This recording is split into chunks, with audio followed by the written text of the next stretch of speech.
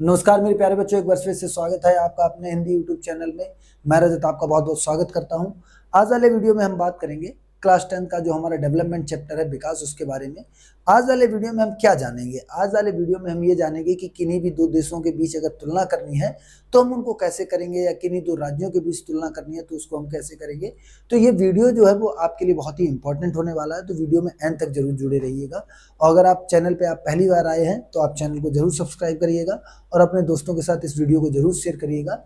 चलिए देखते हैं कि आज हम बात करेंगे दो देशों के बीच में अगर आपको विकास की तुलना करनी है तो कैसे करेंगे। तो दो देशों के विकास में अगर आपको तुलना करनी है तो सबसे पहली बात तो आपको क्या देखना होगा कि दो देशों के मध्य अगर विकास की तुलना करनी है तो आपको कभी भी क्या कंसीडर नहीं करनी है, आपको कभी भी राष्ट्रीय आय उस देश की कंसीडर नहीं करनी है। अब आप सोच रहे होंगे साहब ये राष्ट्रीय आय आप कह रहे हैं, ये होता क्या है?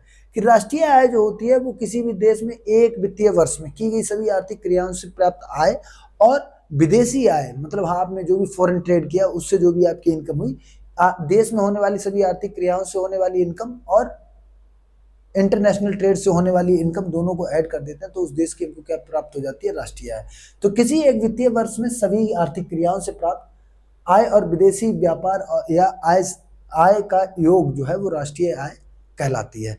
ठीक है। अब कई बार सरकारें क्या करती हैं साहब, हम लोग फॉरेन से क्या कर ले लेते हैं, लोन ले लेते हैं और इस तरीके से अपनी राष्ट्रीय आय को बढ़ा देती है। एक आपने जुमला देखा होगा, कई बार आपने देखा होगा कि टीवी शो में जो डिबेट होती है ना न्यूज चैनल पे, उस पर आके सरकार की ओर से जो प्रवक्ता आता है वो ये बोलेगा बार बार आके कि साहब हमने अपने देश की राष्ट्रीय आय बढ़ा दी। अरे उस राष्ट्रीय आय हमारी देश की इकोनॉमी 5 ट्रिलियन होगी, अरे उसका हम करेंगे क्या भाई? यहाँ पे तो यही बात कह दी गई कि राष्ट्रीय आय जो है वो कभी भी कंसीडर नहीं की जाती है देश के डेवलपमेंट का। अब बात आती है कि साहब ऐसे काम नहीं चलेगा, आप राष्ट्रीय आय बढ़ाइए, मानते हैं विकास का पैरामीटर हो सकता है, लेकिन अब बात आती है साहब सब सरकार के आगे समस्या आती है कि हम राष्ट्रीय आय बढ़ाएं तो बढ़ाएं कैसे?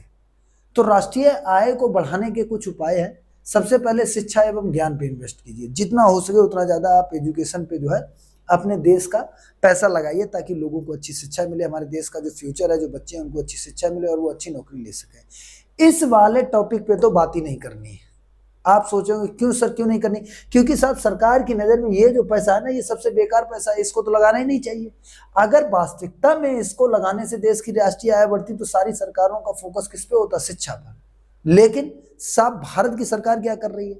भारत की सरकार ने ये हाल बना दिया है कि जो हमारे देश का जो बेरोजगार युवा है वो बेचारा इतनी शिक्षा लेने के बाद भी उसको ढंग की नौकरी नहीं मिल पा रही। क्यों नहीं मिल पा रही? क्योंकि एसएससी जैसे आयोगों ने हमारे देश के जो टॉप मोस्ट टीचर्स हैं उनको धरने पे बैठा दिया अपने इन कर्मों से। तो ये तो काम करना ही नहीं है देश में। ठीक है। उसके बाद देखिएगा उत्पादन वृद्धि, कि इसमें भी काम नहीं करना है। अगर देश की राष्ट्रीय आय बढ़ानी है तो आपको क्या करना होगा? उत्पादन वृद्धि। सरकार ये भी नहीं चाहती। क्यों? ये कब होगा? सब इसके लिए क्या चाहिए? अगर आपको उत्पादन में वृद्धि चाहिए तो आपको प्राइमरी सेक्टर पे ध्यान देना होगा, और प्राइमरी सेक्टर पे ध्यान देने का मतलब आपको किसानों को HYB सीड्स देने होंगे, अच्छा फर्टिलाइजर देना होगा, सस्ती कीमत में उनको इक्विपमेंट देने होंगे, जो भी आपके एग्रीकल्चर इक्विपमेंट होते हैं वो। लेकिन सरकार इनमें भी असक्षम है। सरकार ये दोनों काम नहीं करना चाहते, बस कागजों में कहेंगे हम किसानों की आय दोगुनी कर देंगे, हम साहब आपके लिए वर्ल्ड क्लास एजुकेशन बना देंगे। कैसे बनेंगे? ऐसे उत्तर प्रदेश में आप जो है शिक्षक भर्ती नहीं दे पा रहे हैं, उत्तर प्रदेश में आप सरकारी स्कूलों को बंद करने की बात कर रहे हैं। ऐसे आप देश की राष्ट्रीय आय बढ़ाएंगे? देश की राष्ट्रीय आय बढ़ाने के लिए आपको शिक्षा में पैसा लगाना पड़ेगा, आपको किसानों की आय बढ़ाने के लिए आपको उनकी उत्पादन में वृद्धि करनी होगी, उसके बाद निर्यात बढ़ाना होगा, विदेशों के साथ व्यापार करना होगा, मतलब अपने देश में चीजें बने और हमसे दूसरे देश खरीदें। इसके लिए क्या करना पड़ेगा? आपको देश में युवाओं को और स्किल्ड बनाना होगा और ज्यादा टेक्नोलॉजी का इस्तेमाल करना होगा। उसके बाद प्रति व्यक्ति आय में वृद्धि करनी होगी कि भाई प्रति व्यक्ति आय बढ़ जाए तो क्या होगा? प्रति व्यक्ति आय बढ़ती है तो राष्ट्रीय आय बढ़ती है, और राष्ट्रीय आय बढ़ती है तो प्रति व्यक्ति आय पे भी उसका इम्पैक्ट होता है। बात आती है साहब दो देशों के मध्य तुलना करने का सबसे अच्छा उपाय क्या है? कि अगर दो देशों के मध्य तुलना करनी है ना तो उन दो देशों के लिए आपको क्या देखना होगा? साहब प्रति व्यक्ति आय या औसत आय या पर कैपिटा इनकम को जो है आपको कंसीडर करना पड़ेगा। देखिएगा प्रति व्यक्ति आय क्या होती है कि प्रति व्यक्ति आय को ही या पर कैपिटा इनकम को ही हम लोग क्या बोलते हैं? औसत आय। कि किसी भी देश के व्यक्ति की अगर औसत आय निकालनी है, मान लीजिए जैसे मैं हूं, मुझे मेरी औसत आय निकालनी है तो क्या करना पड़ेगा? मुझे मेरी इनकम निकालनी है कि मेरी प्रति व्यक्ति आय कितनी है, तो आपको क्या करना पड़ेगा? किसी भी देश की औसत आय कुल आय में जनसंख्या का भाग देकर प्राप्त की जाती है। मतलब हमारे देश ने एक साल में, मान लीजिएगा मेरे देश में पॉपुलेशन है 100 लोगों की, कितने लोगों की पॉपुलेशन है, 100 लोग रहते हैं, और मेरे देश ने जो है 1000 रुपए का पूरे साल में जो है इनकम जनरेट की है, तो मेरी जो प्रति व्यक्ति आय है वो 10 रुपए हो गई। कितने रुपए हो गई? 10 रुपए की। भाई टोटल हमने एक साल में कितने रुपए कमाए? 1000, और हमारे देश की पॉपुलेशन कितनी है? 100, तो हमारी जो इनकम हो गई वो कितने रुपए हो गई? 10 रुपए। यानी कि पर कैपिटा इनकम उस देश की कितनी होगी? 100 रुपए। तो इसको हमने कैसे प्राप्त किया? कुल आय में हमने क्या किया? कुल जनसंख्या का भाग देके हमने क्या प्राप्त कर ली? प्रति व्यक्ति आय प्राप्त कर ली। ये बात आपको याद रखनी है कि प्रति व्यक्ति आय काउंट करने के लिए क्या चाहिए? देश की कुल आय बटे कुल जनसंख्या का उसमें क्या देना होता है?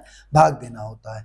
अब हमने प्रति व्यक्ति आय के बारे में जान लिया, हमने राष्ट्रीय आय के बारे में जान लिया, हमने ये भी जाना कि अगर राष्ट्रीय आय को बढ़ाना है तो क्या करना पड़ेगा। अब थोड़ा विश्व बैंक पे चलते हैं। विश्व बैंक की बात की जाए तो विश्व बैंक जो है वो कहाँ स्थित है? आपकी अमेरिका में। कहाँ पे स्थित है? अमेरिका में। अब जब विश्व बैंक के अनुसार प्रति व्यक्ति आय का वर्गीकरण, मतलब विश्व बैंक क्या कहता है कि कितनी पर कैपिटा इनकम वाले देशों को विकसित की कैटेगरी में रखा जाएगा और कितनी पर कैपिटा इनकम वाले देशों को निम्न विकसित या अल्प विकसित या मध्यम विकसित देशों की कैटेगरी में रखा जाएगा। तो ये डेटा आपके लिए सबसे इंपॉर्टेंट है। आपसे कोई पूछे कि किन्हीं भी दो देशों के मध्य विकास को मापने के लिए विश्व बैंक का डेटा क्या कहता है, विश्व बैंक ने किस प्रकार से डिवाइडेशन किया, तो विश्व बैंक के अनुसार प्रति व्यक्ति आय के आधार पर अगर आपको दो देशों के बीच तुलना करनी है तो विश्व बैंक क्या कहता है कि यदि किसी भी देश में प्रति व्यक्ति आय $12,056 या उससे अधिक है, कितनी? 12,056 रुपीज या उससे ज्यादा है, तो उस देश को क्या कंसीडर किया जाएगा? विकसित कंसीडर किया जाएगा। ये बात आपको याद रखनी है। विकसित देश कौन से होते हैं? जहां पे अच्छे स्कूल बन चुके हैं, जहां पे अच्छे अस्पताल बन चुके हैं, जहां पे अच्छी सड़कें बन चुकी हैं, मतलब जहां पे पब्लिक फैसिलिटीज, जो बेसिक इम्यूनिटीज होती हैं वो एकदम बहुत उच्च लेवल की है, उन देशों को विकसित देशों की कैटेगरी में रखा जाता है। तो आप विश्व बैंक के अनुसार क्या है? विश्व बैंक के अनुसार जिस देश में प्रति व्यक्ति आय या पर कैपिटा इनकम कितना $12,056 या उससे अधिक है, उन देशों को कौन सी कैटेगरी में रखा जाता है? विकसित देशों की कैटेगरी में रखा जाता है। उसके बाद साहब, अगर कोई देश $995 या उससे कम कमा रहा है, अगर किसी भी देश में पर कैपिटा इनकम $995 या उससे कम है, तो उस देश को क्या कंसीडर किया जाता है? निम्न आय वाले देशों की कैटेगरी में रखा जाता है। अब ये तो बात हो गई विकसित और निम्न आय वाले देशों की कैटेगरी। अब साहब भारत का स्थान क्या है? तो भारत जो है वो मध्य आय वाले देशों में काउंट किया जाता है। भारत जो है ना तो विकसित में काउंट किया जाता है और ना ही निम्न विकसित में। भारत जो है वो विकासशील देश है, क्योंकि ये मध्य में आता है, इसलिए ये बात आपको याद रखनी है। तो 2017 में जब आपका डेटा रिलीज किया था विश्व बैंक ने, तो उसने ये कहा था कि भारत में पर कैपिटा इनकम लोगों की कितनी है? $1820। यानी कि भारत के लोगों की जो पर कैपिटा इनकम है 2017 में विश्व बैंक के अनुसार कितनी है? $1820। और अभी तो बहुत गैप बाकी है साहब, अभी हमारी इनकम कितनी है? $1820। हमको जाना कहाँ पे है? $12,056 पे। अब जब अब की बार वर्ल्ड बैंक अपना डेटा रिलीज करती है तो देखिए उसके अनुसार वो कितने डॉलर वाले देशों की इनकम वाले लोगों को जो है मध्य की कैटेगरी में रखता है। अब क्या प्रति व्यक्ति आय के प्रति व्यक्ति जो है वो क्या आपको सही डेटा देता है? बिल्कुल गलत बात कि भाई पर कैपिटा इनकम कभी भी आपको एकदम बढ़िया डेटा नहीं देगा। क्यों नहीं देगा? कि देखो हो सकता है भाई पर कैपिटा इनकम क्या बताती है? पर कैपिटा इनकम प्रति व्यक्ति की आय बताती है, लेकिन किसी देश में ऐसा हो सकता है कि शायद पैसे वाले लोगों के पास ज्यादा पैसा हो और ज्यादातर जनसंख्या गरीब हो, मतलब 2-4% लोग ऐसे हो जिनके पास बहुत ज्यादा पैसा हो और बचे हुए लोग गरीब हों। लेकिन जब पर कैपिटा इनकम कैलकुलेट की जाएगी तो उनकी भी उतनी होगी जो पैसे वाले लोग हैं, और जो गरीब है उनकी भी। तो इसको जो है प्रति व्यक्ति आय का वितरण, प्रति व्यक्ति आय वितरण की सीमाएं क्या होती है, प्रति व्यक्ति आय वितरण के बारे में कुछ नहीं बताता। ये प्रति व्यक्ति आय ये नहीं कहता कि साहब लोगों में इतना पैसा बराबर बराबर बंटा है, नहीं। ये कहता है कि अगर बांटा जाए, इस देश की इकोनॉमी इतनी है कि अगर लोगों में पैसा बांटा जाएगा तो उनके हिस्से में इतना पैसा आएगा। लेकिन ये नहीं कहता है कि साहब इतना 100% श्योर है उनको मिलेगा ही मिलेगा। प्रति व्यक्ति आय अधिक होने से यह भी नहीं हो सकता है कि भाई अगर किसी भी देश की पर कैपिटा इनकम अधिक है तो वहां पे जो है विकास हुआ ही हो। कुछ लोग क्या हो सकता है भाई, अगर किसी भी देश की पर कैपिटा इनकम ज्यादा है तो हो सकता है कि उस देश में कुछ लोग ऐसे हों जिनके पास बहुत ज्यादा पैसा हो और कुछ लोग ऐसे हों जिनके पास जो बहुत ज्यादा गरीब हो। ये बात कौन कहता है? आपका विश्व बैंक कहता है। विश्व बैंक के अनुसार हम इस डेटा से भी कुछ नहीं पता लगा सकते हैं। अब विश्व बैंक ने क्या किया?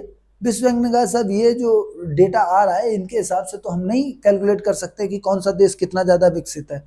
तो विश्व बैंक ने क्या किया, विश्व बैंक ने 1 जुलाई 2018 को पूरे विश्व की जितनी भी देश थे उन सभी देशों को 4 कैटेगरी में बांटा।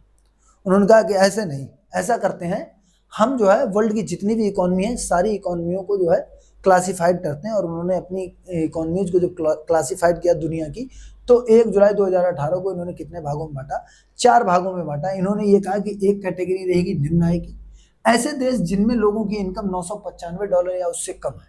ऐसे देश जिनमें लोगों की जो पर कैपिटा इनकम $995 या उससे कम है, उनको कौन सी कैटेगरी में रखा जाएगा, निम्न आय की कैटेगरी में रखा जाएगा।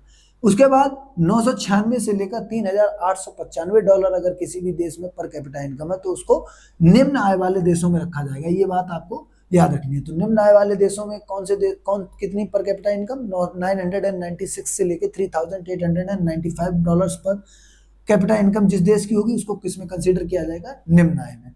उसके बाद बात आती है उच्च आय वाले देश। उच्च आय वाले देश कौन से होते हैं, ऐसे देश जिनमें लोगों की पर कैपिटा इनकम 3,896 से लेकर 12,055 रुपए तक होती है, उनको क्या कहा जाता है, उनको उच्च मध्य आय वाले देश कहा जाता है। लेकिन जब उच्च आय वाले हाई पर कैपिटा इनकम वाले देशों की बात की जाए तो वहां पे ये कहा गया कि अगर कोई भी देश के लोग जिनकी पर कैपिटा इनकम $12,056 से अधिक है तो उस देश को क्या कहा जाएगा, उस देश को जो है उच्च आय की कैटेगरी में रखा जाएगा। लेकिन इससे यह स्पष्ट होता है कि विकास का सूचक आय नहीं है। जरूरी नहीं कि लोगों के पास अच्छा पैसा हो तो जितनी भी उनके जीवन में जरूरत होने वाली इस्तेमाल होने वाली चीजें उनको आसानी से मिल जाए। हो सकता है कि उस देश में लोगों के पास पैसा अच्छा है तो वो जो चीजें जीने के लिए चाहिए वो खरीद सकते हैं, लेकिन शायद उस देश में पॉल्यूशन ज्यादा हो। तो जीवन जीने के लिए अकेले पैसे का काम नहीं होता, कुछ चीजें और होती हैं जो आपको चाहिए ही चाहिए होती हैं। तो इसीलिए विश्व बैंक ये कहता है कि भाई देखो, विकास को नापने के लिए आय जो है, इनकम जो है, वो अकेला कोई भी पैरामीटर नहीं है जिसके थ्रू हम ये बता दें कि भाई हाँ इस देश में विकास हुआ है।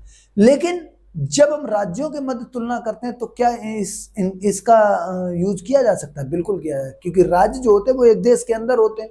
तो अगर किसी भी देश में 2 राज्यों के मध्य तुलना करनी है तो आय जो है उसका भी अपर्याप्त सूचक माना जाता है। ये कहा जाता है कि भाई जो राज्यों के मध्य अगर तुलना करनी है तो उसके लिए भी आय जो है वो क्या है, अपर्याप्त सूचक है। देश की तुलना करनी है तब भी अपर्याप्त सूचक है, और राज्यों की तुलना करनी है तब भी अपर्याप्त सूचक है। ये सिर्फ जो है सगुफाबाजी होती है। नेता, मंत्री, विधायक अपना प्रचार प्रसार करने के लिए बार बार इन डेटास को देते हैं, लेकिन ये डेटा जो है वो बिल्कुल ही किसी भी काम के नहीं होते हैं। तो आप किसी भी देश के मध्य अगर आपको विकास नापना है तो कभी भी आप इनकम के बेसिस पे नहीं नापेंगे। आप किसके बेसिस पे नापेंगे? विकास की तुलना करने के लिए जो सबसे अच्छे तरीके हैं, आपको ये देखना होगा कि उस देश में एजुकेशन के लिए क्या किया जा रहा है, शिक्षा के लिए उस देश में क्या किया जा रहा है, क्या उस देश की शिक्षा व्यवस्था बेहतरीन है। अगर उस देश की शिक्षा व्यवस्था बहुत अच्छी है तो हम उस देश को ज्यादा विकसित कंसीडर करेंगे। उस देश में स्वास्थ्य व्यवस्था कैसी है, कितने लोग गरीब हैं, सामाजिक सुविधाएं मतलब जो बेसिक एमिनिटीज हैं वो लोगों को कैसे मिल पा रही हैं। आप जब कभी फ्रांस वगैरह जैसे देशों की बात करेंगे तो वहां पे जो बेसिक एमिनिटीज है ना वो बहुत बेहतरीन है। उन पे ब्रॉड लेवल पे बहुत अच्छा काम किया गया, बहुत ही बेहतरीन व्यवस्थाएं की गई हैं। तो इन सब चीजों को देखकर हम जो है क्या कंसीडर करेंगे कि किसी देश में या किसी राज्य में विकास हुआ है या नहीं हुआ है। क्यों? क्योंकि अगर आप जब केरला और बिहार का कंपैरिजन करेंगे तो केरला की साक्षरता दर 96% है और बिहार की साक्षरता दर बहुत कम है। तो हम ये कह सकते हैं भाई केरला जो है वो विकास बिहार की तुलना में ज्यादा विकसित है। या अमेरिका की बात करेंगे तो अमेरिका में पर कैपिटा इनकम अधिक है और भारत में पर कैपिटा इनकम कम है। तो अमेरिका जो है वो ज्यादा पैसा अर्न कर रहे हैं वहां के लोग, तो उनका जीवन जो है वो बहुत अच्छा होगा। तो इस तरीके से आज वाले वीडियो में हमने ये देखा कि अगर आपको किन्हीं 2 देशों के मध्य तुलना करनी है या किन्हीं 2 राज्यों के मध्य तुलना करनी है तो आपको किन चीजों पर कंसीडर करना होगा। एक बार फिर से देख लीजिएगा, विकास के लिए अगर राज्यों के मध्य तुलना करनी है तो शिक्षा हो गया, सामाजिक सुविधाएं हो गई, स्वास्थ्य हो गई, इन चीजों पे आपको अपनी आंखों को रखना होता है, आपको देखना होता है। हवा में सगुफेबाजी या लोगों के डेटा से हमको कोई लेना देना नहीं। हम ये देख सकते हैं किसी राज्य में ये सुविधाएं कितनी बेहतर है, उसके बेस पे हम ये पता लगा सकते हैं ये राज्य कितना विकसित है। हमने आज वाले वीडियो में एकदम बिल्कुल डिटेल से चर्चा की है। उम्मीद है आप यहाँ तक जुड़े रहे तो आपको वीडियो अच्छा लगा होगा। अब यहाँ तक आ ही गए हैं तो वीडियो को सब जो है शेयर जरूर करके जाइएगा अपने दोस्तों के साथ, और चैनल को सब्सक्राइब कर लीजिए अगर पहली बार आए हैं, और ऐसा ही अपना प्यार बनाए रखिएगा। मिलते हैं आपसे अगले वीडियो में। जय हिंद, जय भारत।